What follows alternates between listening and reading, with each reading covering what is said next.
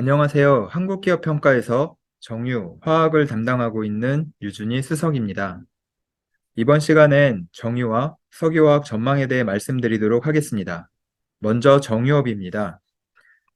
2023년 정유업의 경우 중립적인 사업 환경 속에 업계 전반의 실적이 저하되겠지만 신용등급 변동 가능성은 크지 않을 것으로 봅니다. 2022년은 유가와 정제 마진의 변동성이 컸던 한 해였습니다. 유가 정제 마진은 상반기 급등세를 보이다가 7월 이후에 하락 전환되었습니다. 상반기 상승세를 보인 주된 이유는 우크라이나 사태로 인해 러시아에 대한 제재가 가해지면서 원유와 석유 제품의 공급 차질이 발생했기 때문이죠. 하반기에는 글로벌 경기 침체 우려가 부각되면서 하락세를 보였는데요. 특히 정제 마진의 경우 중국이 수출 쿼터를 확대한 것이 하방 압력을 가중시켰습니다. 타이트한 수급 속에 정유사들은 올해 사상 최고 수준의 실적을 달성하였습니다. 정유사 4개사의 올 3분기 누적 매출과 영업이익이 각각 161조 원, 15조 원이었는데요. 매출은 전년 동기 대비 79%, 영업이익은 167% 증가한 것입니다. 다만 업황 호조에 따른 어닝 서프라이즈에도 불구하고 운전자본 부담이 확대되어 재무 안정성 개선은 지연되었습니다. 합산 기준 2022년 9월 말 차입금 의존도가 34%로 전년 말 35%와 유사한 수준이었습니다. 내년 정유업 사업 환경은 중립적이라고 봅니다. 유가는 상하방 요인이 혼재되어 있어 배럴당 80에서 110달러 구간에서 등락을 보일 것으로 예상합니다. 경기 침체로 인한 수요 부진이 하방 압력으로 작용하겠지만 오펙 플러스의 감산, 항공유 수요 회복 등이 상승 요인으로 작용하면서 하나의 방향성을 나타내지 않고 밴드 내에서 움직일 것으로 전망합니다. 유가 관련 주요 모니터링 요인은 미국 셰일 오일 업체들의 증산 속도와 러시아 원유 수출 봉쇄 영향 정도를 짚어볼 수 있는데요.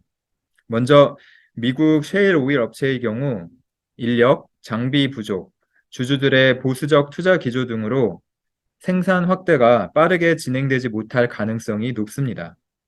그리고 러시아 수출 제재와 관련해서 G7과 EU가 러시아산 원유에 대한 가격 상한선을 배럴당 60달러로 정했고 EU는 러시아산 원유 해상 수입을 금지하였는데요. 이로 인해 러시아산의 유럽향 수출은 봉쇄되겠지만 중국, 인도 등 대체 수출처가 있어서 시장 충격이 크지 않을 수 있습니다. 그래서 관련해서 모니터링이 필요하다고 보고 있습니다. 2023년 업체들의 실적은 올해 대비 저하되겠지만 절대 수준은 양호할 것으로 전망합니다. 수요 측면에서 경기 성장 둔화 등이 부정적으로 작용하면서 정제 마진이 하락하겠지만 공급 부담이 크지 않아 수급 밸런스를 유지하는 가운데 하락폭이 제한될 것으로 봅니다. 유가 변동성이 축소되면서 운전자본 부담이 완화될 전망인 점이 재무 안정성에 긍정적이지만 투자, 배당 확대 가능성이 있어 재무 안정성 개선 여부와 관련해서 업체별로 점검할 필요가 있습니다. 내년 정유 4개사 합산 추정 영업이익률은 4% 수준으로 예상하고 차입금 의존도의 경우 SK이노베이션을 제외한 정유사들의 차입금 감소에도 불구하고 SK이노베이션의 전기차 배터리 투자 확대 영향으로 소폭 상승할 것으로 예상합니다. 2023년 정유업의 등급 전망은 중립적입니다. 올해 한국기업평가는 S오일의 등급 전망을 긍정적으로 변경했습니다. 견조한 영업현금 창출을 토대로 투자와 배당 부담에 대응하면서 유의미한 재무 안정성 개선이 가능할 것이라는 전망을 반영한 결과였습니다. 여타 정유사들은 우수한 영업현금 창출에도 신용도 변동을 야기할 만한 수준의 재무 안정성 개선이 지속될지 모니터링이 필요하다고 판단하여 등급 전망을 안정적으로 유지하였습니다.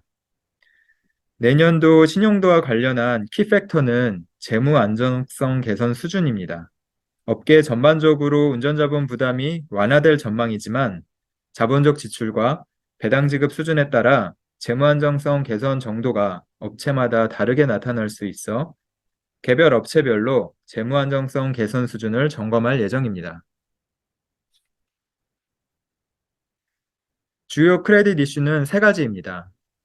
첫 번째로 2023년 정유업 신용도상 키 이슈는 재무 안정성 개선 수준입니다. 앞서 말씀드린 것처럼 유가 변동성이 완화되면서 정유사들의 운전자본 투자가 감소할 것으로 전망되지만 캐펙스와 배당 지급 수준에 따라 재무 안정성 개선 수준이 달라질 수 있어 업체별로 모니터링할 계획입니다.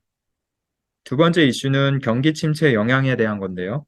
예상되는 경기 침체가 정유업체에 미치는 영향을 생각해 보면 수요 측면에서 부정적일 것으로 봅니다. 하지만 실질적인 공급 부담이 크지 않아 수급 균형이 가능할 전망이어서 마진 수준은 양호할 것으로 예상합니다. 마지막 이슈는 국내 정유사들의 투자 방향성에 대한 건데요. 두 가지로 요약할 수 있습니다. 우선 다운스트림인 석유화학으로의 확장 투자입니다. 최근 GX 칼텍스는 MFC 설비, S-오일은 RUC, ODC 설비, 현대오일뱅크는 HPC 설비 구축을 위해서 대규모 자금을 투입했는데요. 모두 석유화학 플랜트와 관련된 내용이었습니다. S-오일은 올해 11월 이사회 결의를 통해서 석유화학 2단계 투자인 샤인 프로젝트를 추진하기로 결정했는데요. 이 역시 올레핀 석유화학 설비 투자입니다.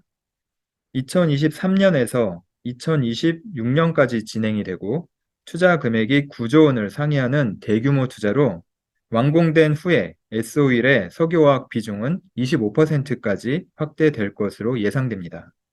중기적 관점에서 정유사들은 포트폴리오 강화를 목적으로 석유화학 사업을 추가하고 있는 것으로 판단합니다.